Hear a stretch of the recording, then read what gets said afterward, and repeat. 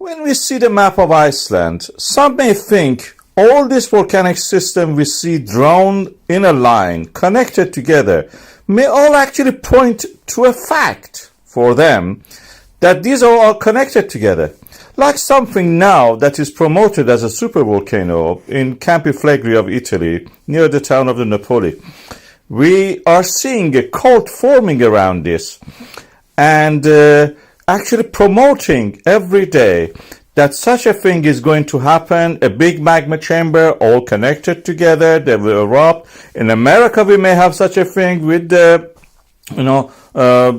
super volcano supposedly there. It's almost like a cult. Every day they have to come and worship. Every day there is a massage going on to massage the subject, milking it as much as possible before, the subject dies out. So, is this the case? Is this something new? Unfortunately, it is not new. In the 19th century, and we have evidence for that in the form of a story by the Jules Verne called Journey to the Center of the Earth.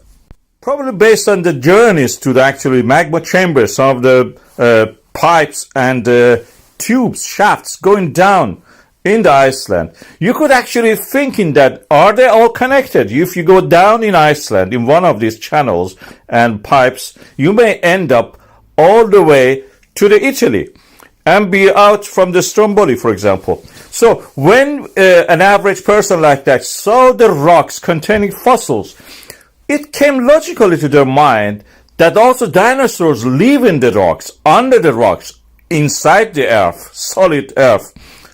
As we know, these are just dead animals. We know that. We know a lot since then, and what we know is mostly related to plate tectonics, where the continents collide, gather in one point, and then separate. The forces which are causing this are coming from the deep within the earth. We have a mantle of the earth going through convections. Convection means the heat from the center of the earth, from the core of the earth, creating a creeping effect on the solid rock. These are not paste or molten material. They're solid. But with the heat, they rise, gradually creep. And these creeps create this kind of convection cells, behaving as if like paste. They are not paste, they are yet solid. When they reach near the crust of the earth, they create earthquakes, and separating the seafloor caused by this create volcanism that we see. Volcanism here is related to the fact that when the solid material of the mantle reaches this area and pressure is relieved by this convection movement opening up gaps, this pressure relief creates melt. And the melted material we call magma, if it finds a way to the surface, erupts as volcanoes.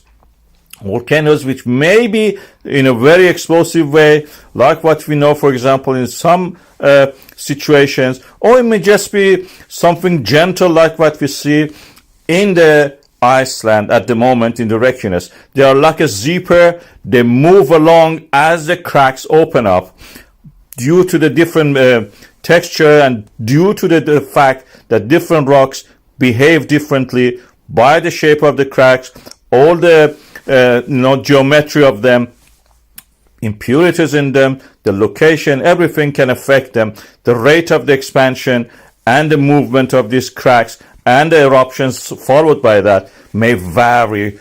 Due to this, we may have at one end, like what we had in the Kraftfla in the 1975 to 1984, which is to the extreme north part of these cracks happening and then ceasing activity. Then 20 some years later, in the Reykjanes Peninsula, we see a new phase of this. The zipper starts again from there. 2021 to present, this continues. Fagradalsfjall, Svartsengi are continuing this. What affects this is the availability of the magma, and that magma must be present there. Magma in the form of the pressure relief rising to the, causing the mantle rise to the near the surface, and then melt and then erupt as volcanoes.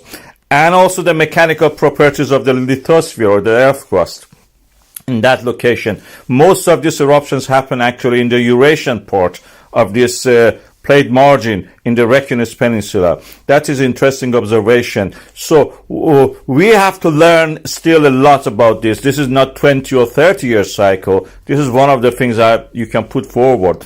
Maybe there are more than that, 200 years, 800 years, 1000 years cycle. We don't know what causes these cycles still, and we have to learn more about what is going inside the earth, inside the interior. It's an exciting time to be a PhD student doing research on this, and I invite anybody who is interested in subject, actually try to actually go and study in this field and provide some answers. Who knows, maybe the next big discovery is waiting to be made here. Of course, for sure, we can say there is no supervolcano here.